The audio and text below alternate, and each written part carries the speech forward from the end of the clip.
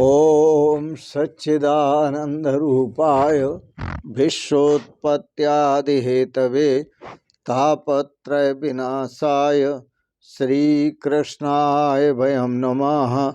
श्रीकृष्णाय वयं नमः। ओम अखंडानंदबोधाय शिष्यसंतापहारिणे सच्चिदानंद रूपाय तस्मै श्री गुरुवे नमः। तस्मै श्री गुरुवे नमः। ओम। पूर्व प्रसंग में आप श्रवण कर रहे थे, आप प्राणों के सहारे परमात्मा का चिंतन करें। कैसे परमात्मा का चिंतन करें बताते हैं आपको।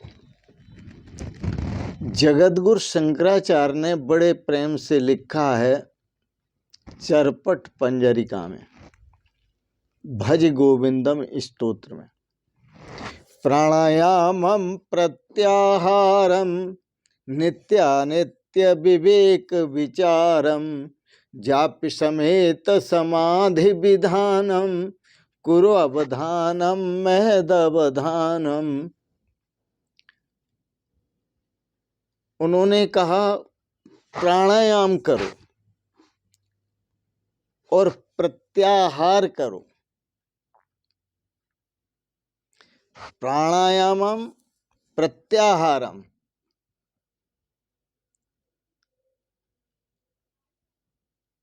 बड़ा सुंदर है। ये दो शब्द बहुत गजब के हैं। प्रत्याहार का मतलब इंद्रियों का भोजन सीमित अवस्था में दो।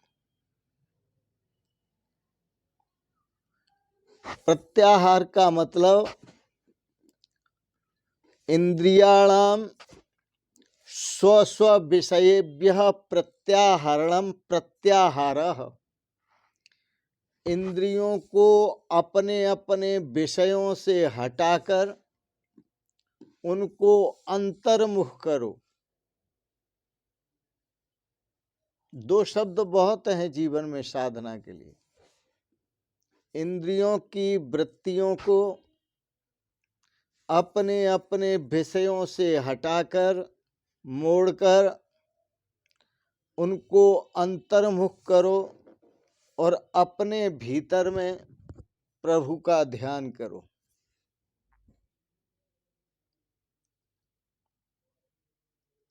अपने भीतर में प्रभु का ध्यान करो और प्राणायाम के द्वारा करो। प्राणायाम किसे कहते हैं?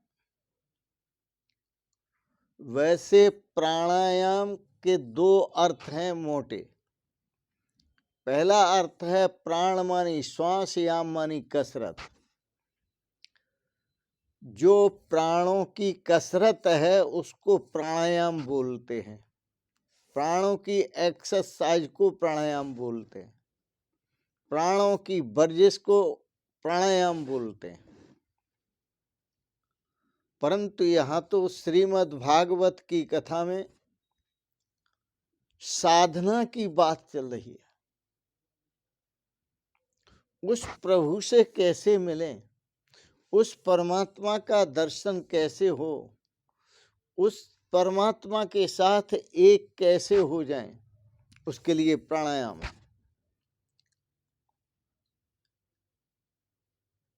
प्राणायाम का जो साधन है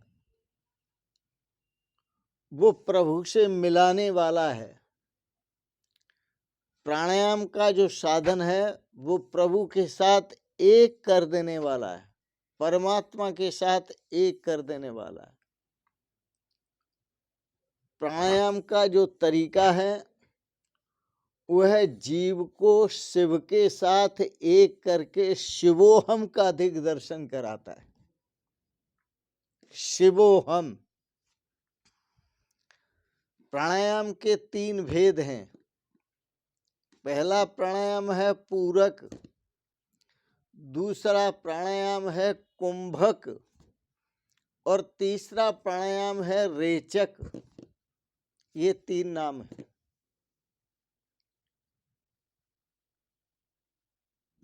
तो पहला जो प्राणायाम है उसकी क्रियाएं देखें।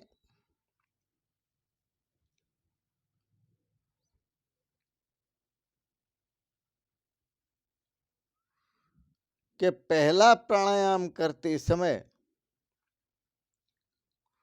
श्वास को भीतर भरना होता है। पूरक प्राणायाम में श्वास को भीतर भरना होता है। तो नासिका द्वारा बाहर की हवा को अंदर खींचो। यह सब योग की क्रियाएं हैं। योग दर्शन में इसका दिग्दर्शन किया हुआ है।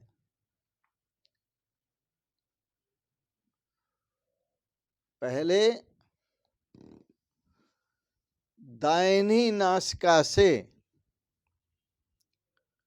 बाहर की हवा को, दाहिने स्वर से बाहर की हवा को भीतर खींचो। इसे सूर्य स्वर बोलते हैं। उसके बाद पूरी खींच करके प्राणायाम के द्वारा, पूरक प्राणायाम के द्वारा हवा खींच करके और उसे भीतर रोक लो। रोकने को कुंभक प्राणायाम कहते हैं। और रोकी हवा को दाहिने स्वर को बंद करके बाएं स्वर से निकाल दो। इसे रेचक कहते हैं। इसमें पूरी साधना का सार भरा हुआ है, सार छुपा हुआ है। जब आप श्वास को लें तो गुरु के दिए गए मंत्र को आप श्वास के साथ उठाएं। और उठाने की जरूरत नहीं है, यह ऑटो सिस्टम है। उसे सिर्फ देखें, उसके आप साक्षी बन जाएं। शब्द क्या होता है श्वास में? सो श्वासा अंदर को जावे, हमसे निज का पता बतावे। जब श्वास सो कहकर अंदर जाती है तो वह हमारा और परमात्मा का पता बताती है। सो कहकर अंदर जाती है तो पहले यह श्वास परमात्मा का पता बताती है। और जब हम रोक लेते हैं श्वास को तो उस परमात्मा के साथ मिलन करती है। उस परमात्मा के साथ, उसके परम आनंदमय स्वरूप के साथ आलिंगन कराती है। उस परम आनंद स्वरूप के साथ एक करती है। और जब हम श्वास को निकालते हैं तो हम का उच्चारण होता है। यह श्वास ने हमें परमात्मा के साथ मिलाकर परमात्मा ही कर दिया। हम परमात्मा ही हो गए। सो कहकर उसको याद किया और हम कहकर अपने स्वरूप में उसे समाविष्ट किया। सो कहकर हम उसके स्वरूप में गए और हम कहकर हम उसके स्वरूप में मिल गए।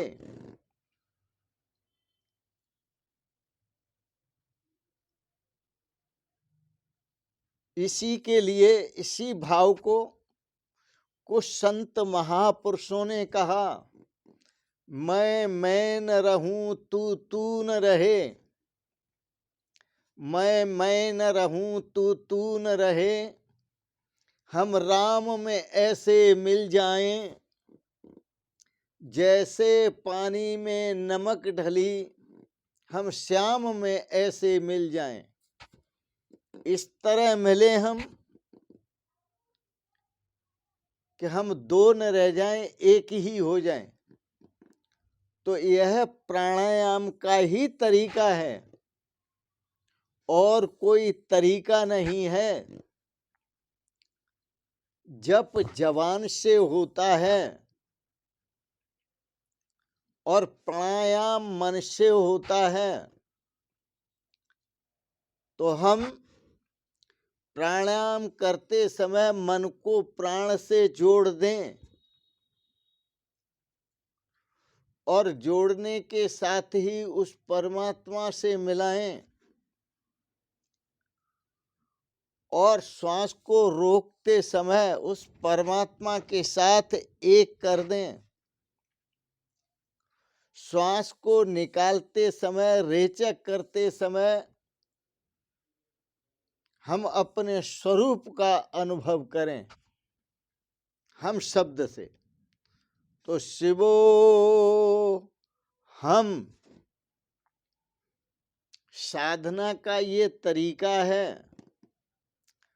स्वामी राम तीर्थ ने इस तरीके को ओम कह करके सधाया। ओम, श्वास अंदर जाते हुए ओ का उच्चारण करती है और बाहर आते हुए माँ का उच्चारण करती है। हर संदेश हमको परमात्मा के स्वरूप का दिग्दर्शन कराता है प्राणायाम के द्वारा।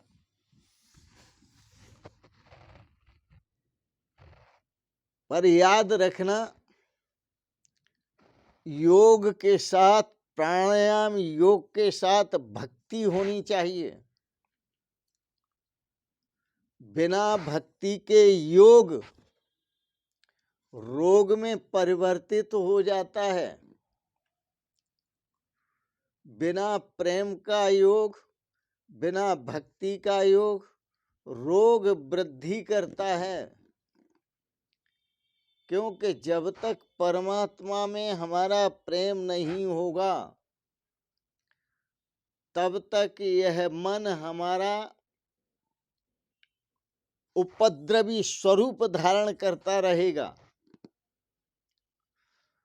और जब परमात्मा में हमारा प्रेम होगा तो यह मन भी उस परमात्मा स्वरूप में ही समाविष्ट हो जाएगा। भक्ति के बिना योग भी रोग बन जाता है। इसलिए साधक को चाहिए कि वह आत्मा का संयोग परमात्मा से करे, जीव का संयोग ईश्वर से करे।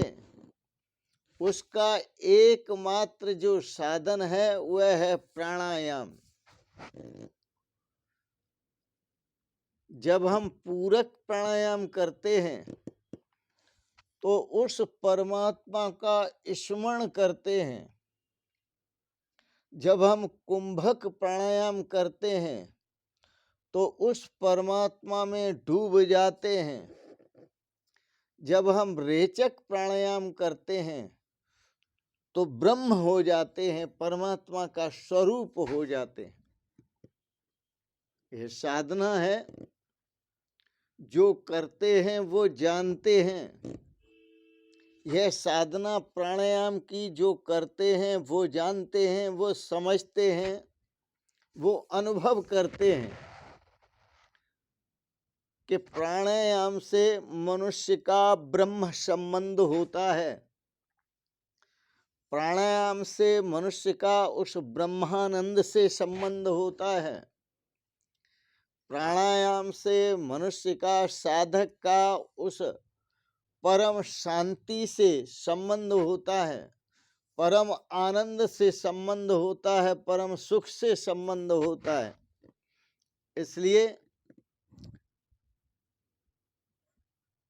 प्राणायाम 3 भेद से किया जाता है। प्राणायाम के द्वारा योग भी हो रहा है, प्राणायाम के द्वारा भक्ति भी हो रही है, प्राणायाम के द्वारा ज्ञान भी हो रहा है, प्राणायाम के द्वारा आनंद भी आ रहा है।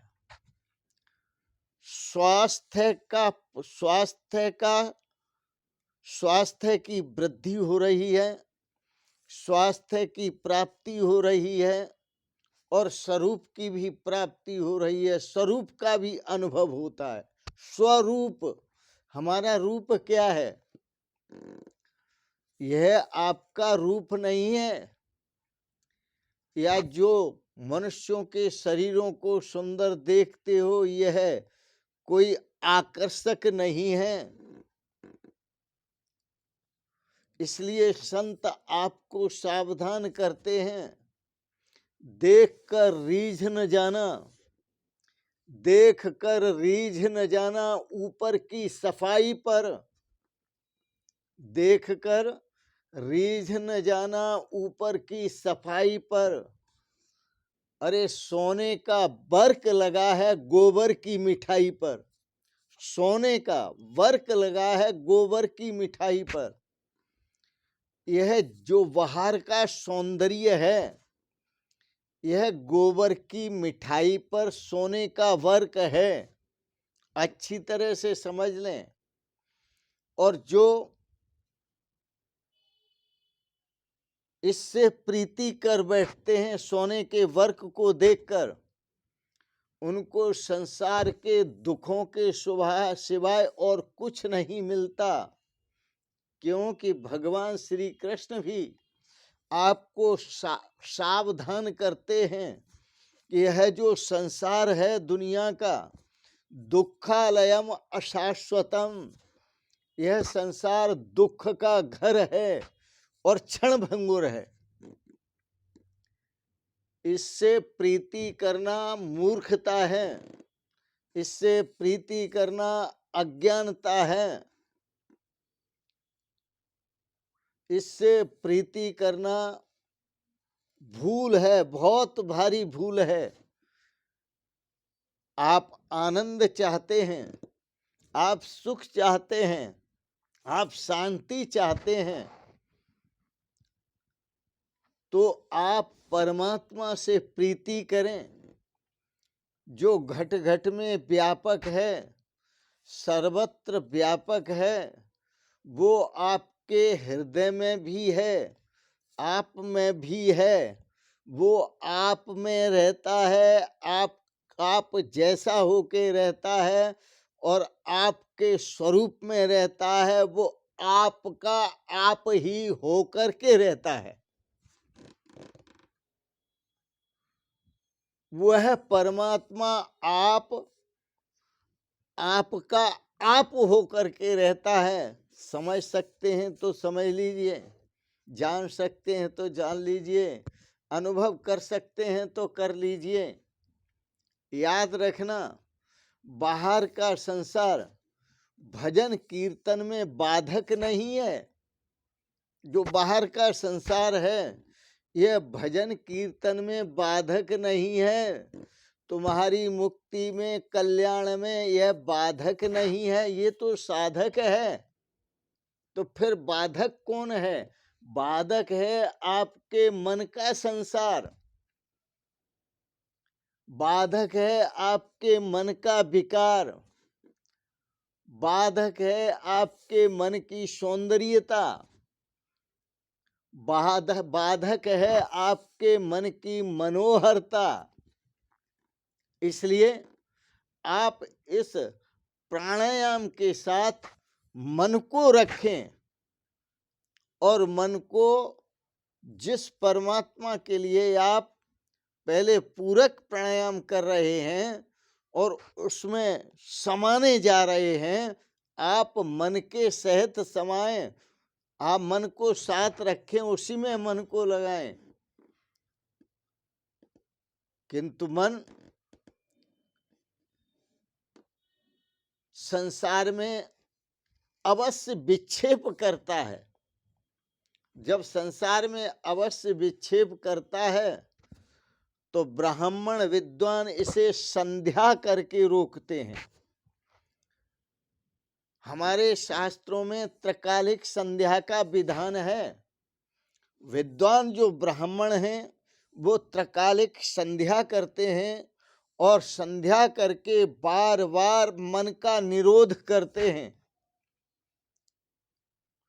आपके यहाँ पाठ पूजा करते हैं, आपका अन्न खाते हैं, प्रभु का दिया हुआ प्रभु की प्रेरणा से पाते हैं, और भजन किसका करते हैं? वो भगवान का करते हैं। चिंतन प्रभु का करते हैं, याद प्रभु को करते हैं, परमात्मा को याद करते हैं। तो मन की मलिनता को दूर करना है तो प्राणायाम के द्वारा करो। मन की मलिनता को दूर करना है तो प्रत्याहार के द्वारा करो। इसलिए मैंने आपको 2 सूत्र दिए, प्राणायामम प्रत्याहारम। ये 2 सूत्र आपके भीतर आ गए तो फिर आगे विचार चल पड़ेगा। नित्य अनित्य विवेक विचारम। आप विवेक धारण करें कि इस संसार में नित्य क्या है और अनित्य क्या है, ग्राह्य क्या है और त्याज्य क्या है, सत्य क्या है और असत्य क्या है।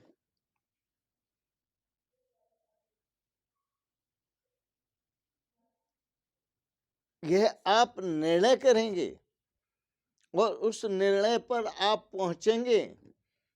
यह जो संसार प्रपंच है ये सदा ही त्याज्य है।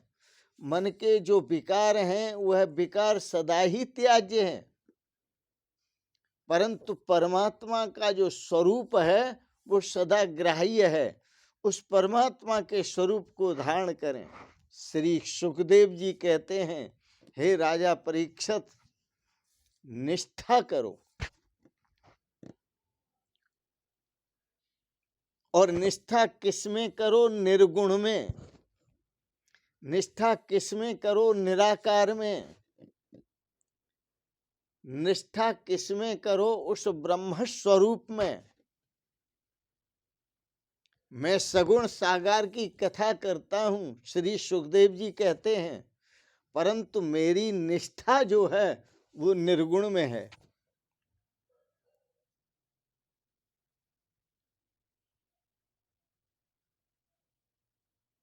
मैं द्वैत की कथा करता हूं, भक्त और भगवान की कथा करता हूं, शिष्य और गुरु की कथा करता हूं।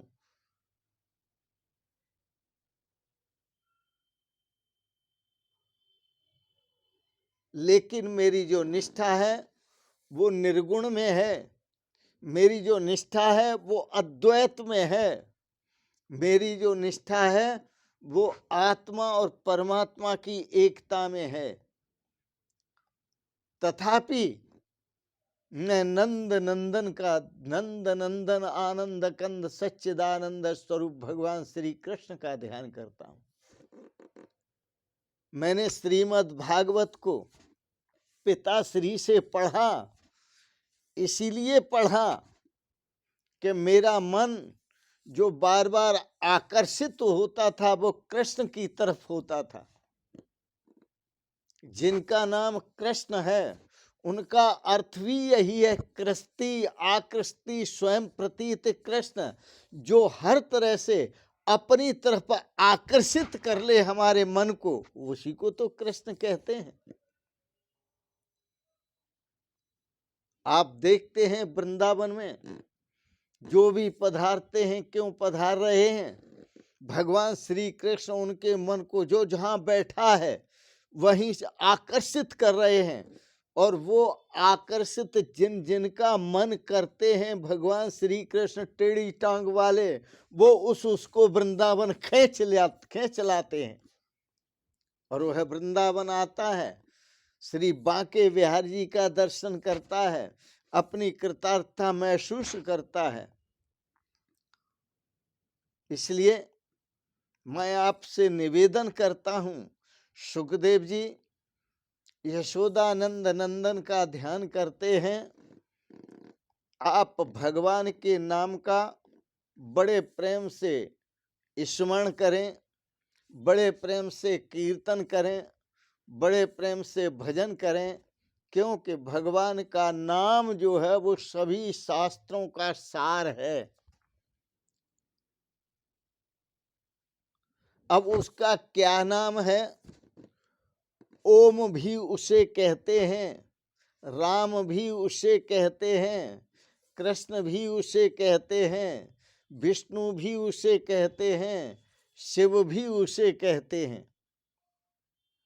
पर साधना करें तो ऐसे करो कि तुम और तुम्हारा इष्ट जीव और शिव दो न रह जाएं, दोनों एक हो जाएं। ऐसे करो। मन की शुद्धि करनी है, अंतःकरण की शुद्धि करनी है, तो भगवान का नाम जप करो।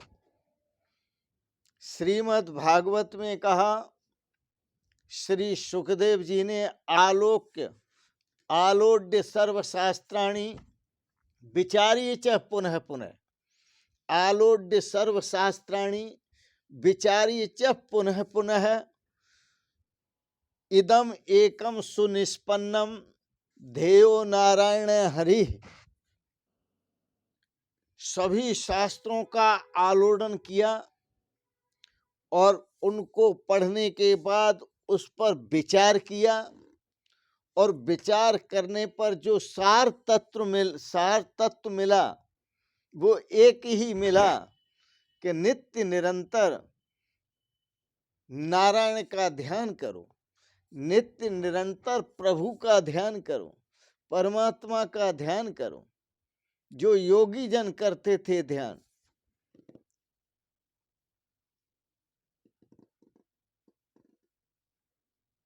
जो परमात्मा का ध्यान करते हैं, नाम संकीर्तन करते हैं, सुमिरन करते हैं, उसका भजन करते हैं, वही श्रेय और सौभाग्य को प्राप्त होते हैं, वही परम आनंद और शांति को प्राप्त होते हैं, वही शाश्वत सुख को प्राप्त होते हैं। इन शब्दों के साथ वाणी को विराम देते हुए बड़े प्रेम और श्रद्धा से आपने श्रीमद् भागवत पर सुंदर विचार श्रवण किए, इसके लिए बहुत बहुत अनुग्रहित हैं। एक बात जरूर कहेंगे, बसंत पंचमी भी कल निकल गई, उसकी भी आपको बहुत बहुत शुभकामनाएं।